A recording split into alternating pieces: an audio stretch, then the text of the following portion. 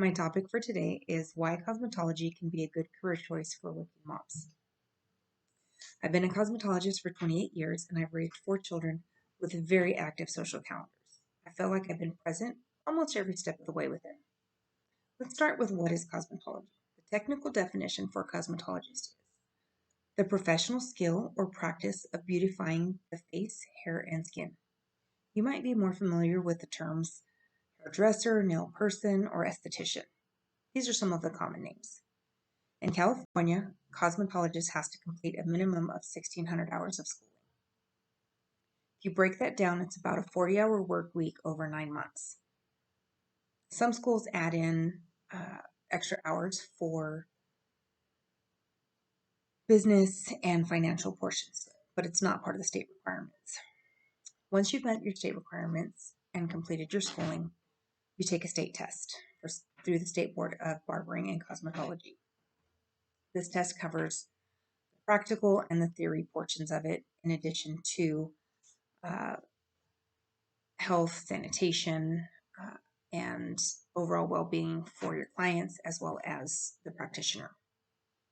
With a cosmetology license, we can choose to work in any or all of the areas simultaneously or individually. For many years, I did both hair and nails before deciding to focus on hairdressing. Cosmetologists, on average, receive above average pay, allowing for very flexible weeks, which a parent needs. We have pretty solid job security, with the exception of the pandemic. I have not been out of work in 28 years. We also have very fulfilling careers. It's a career that offers many professional and personal career opportunities. So let's start with the pay. Most hairdressers, according to Indeed, cosmetologists in California earn an average of $21 an hour. Salary.com estimates that the average cosmetologist earns between $25,000 to $37,000 annually. Not too bad, considering most hairdressers work part-time. At 18, I went to cosmetology school to help pay my way through college. I knew my parents had not saved money for college, but I also knew they couldn't afford to pay for my tuition. So I decided to go to cosmetology and help pay my way through college. I graduated barbering and cosmetology school at 20. I became an apprentice, making $15 an hour. During this time, I attended some college classes. One of my professors had made the comment that with a college degree, you could earn double minimum wage. At the time, minimum wage was $4.25.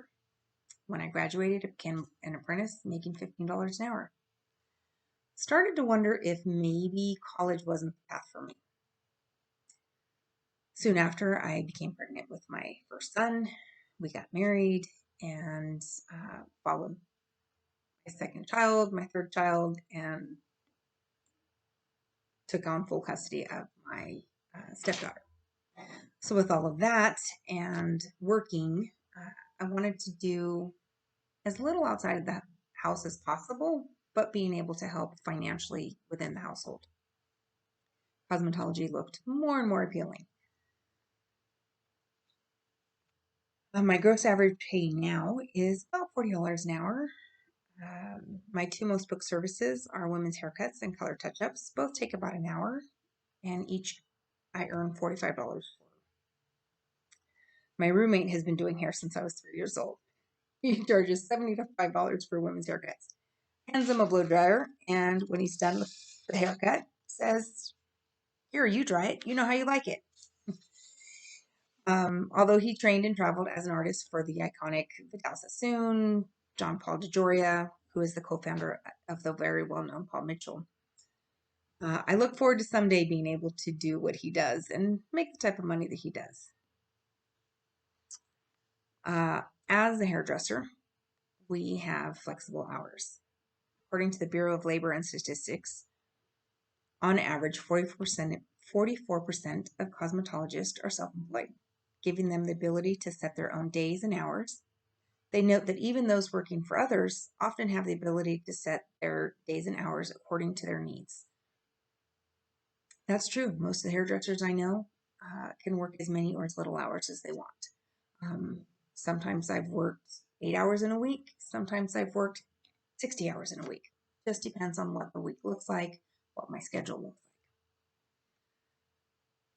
like. As a self-employed person, I have worked as early as 5 a.m. and as late as midnight. At one point in my career, I focused solely on the special occasion industry of weddings and formal events. I worked Friday through Sunday for several years. This allowed me to be home during the week while my husband was at work and to work on weekends while my husband was home with the kids. When my husband transitioned to law enforcement, I was able to shift my days and hours to work during the week. I worked when the kids were at school and minimal evenings requiring minimal childcare or outside help. I was able to attend all of the kids' school and after school events. I took them to practice, coached soccer teams, was room mom for each of the kids at different points, and even ran the local soccer league for a few years, all while working. I looked for a clientele that had kids, so they understood if I had to cancel or reschedule, or if one of my children got sick or had a last minute school need. This was how I wanted to parent. I wanted to be present. I had a friend that worked 40 hours, sometimes 50 to 60 hours a week, had a nanny for her two kids, and only attended games or activities on occasion. The beauty of working in beauty is that we were each able to customize our schedule to what we wanted it to be. There's a lot of flexibility with our schedule. With that, we've got job stability. People want to be beautiful. People want to look their best. And it is part of our job to help them do that. Aside from the current pandemic, I've not been unemployed or unemployable in the last 28 years. From supercuts to high-end salons, there are openings everywhere. As long as there are people that want to look good, need to look good, newscasters, television, your power business people, there will always be people needing the hair industry. That's not something that we can do. They tried it with the Flowbee, but they couldn't get customized looks. Unfortunately, sorry for the Flowbee. It's no longer in. I actually don't even think they make the Flowbee anymore. But anyhow, our market is expected to grow by 8% in the next 20 years. There will always be competition, but there will always be room for new and established cosmetologists to make a living wage for their family. Being a hairdresser can also be a very fulfilling job.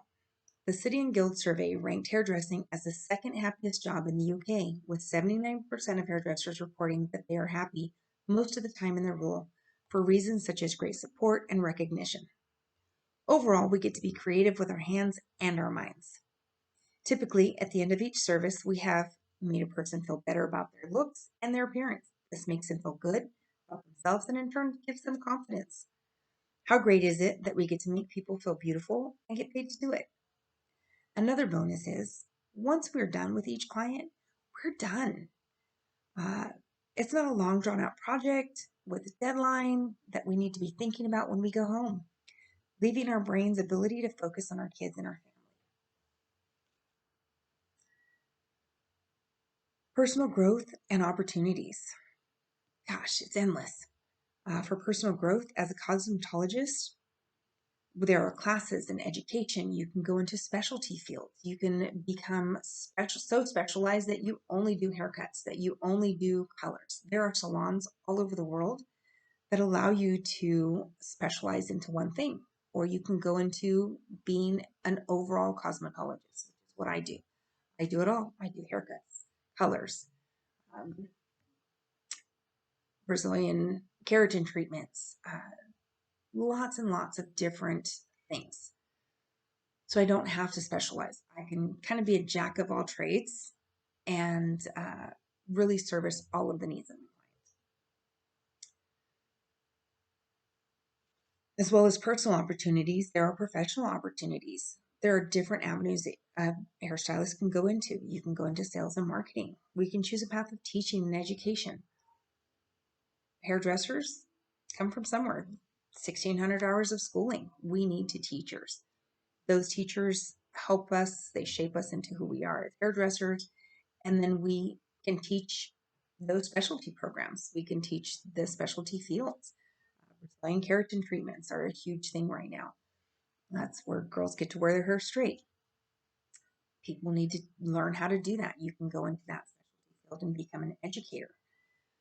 We can also become platform artists and travel the world, travel the country. We can go from salon to salon, training people on specific products, specific color lines, specific hairstyling products. We can work at a rest home or we can work on a Hollywood movie set. I myself have done both. I've worked in a rest home and I've worked on a TV set for commercials. It's been kind of cool. There's lots of things that you can do with that. Most of those you plan out ahead of time. Those are booked way in advance. Things that you can do with kids, things that you can schedule around. So it's been a really wonderful career. And anyhow, there are so many reasons a working mom can choose to be a cosmetologist as a career.